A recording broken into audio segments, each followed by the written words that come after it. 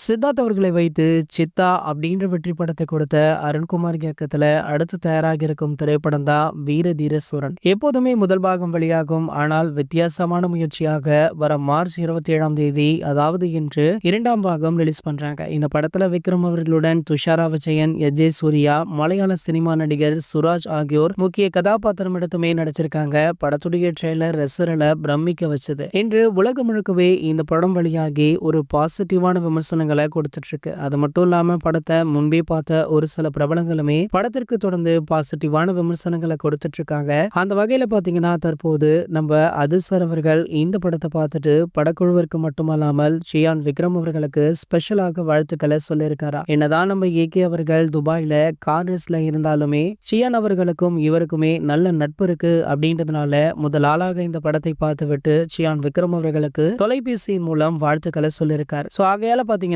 இந்த தகவலுமே சமூக வலைதளங்கள்ல வைரல் ஆகிட்டு இருக்கு. சோ அஜித் சார் நடிப்புல உருவாகி உள்ள குட் பேட் அக்லி திரைப்படம் அடுத்த மாதம் 10 உலகம் முழுக்கவே ரிலீஸ் ஆக இருக்கு அப்படின்றதுமே குறிப்பிடத்தக்கது. இந்த படத்திற்காகவும் உங்களை யாரெல்லாம் அவளுடன் காத்துட்டு இருக்கீங்க அப்படின்றத கீழே உள்ள கமெண்ட் செக்ஷன்ல கமெண்ட் பண்ணிட்டு நம்ம சேனலை மறக்காம சப்ஸ்கிரைப் பண்ணிக்கோங்க.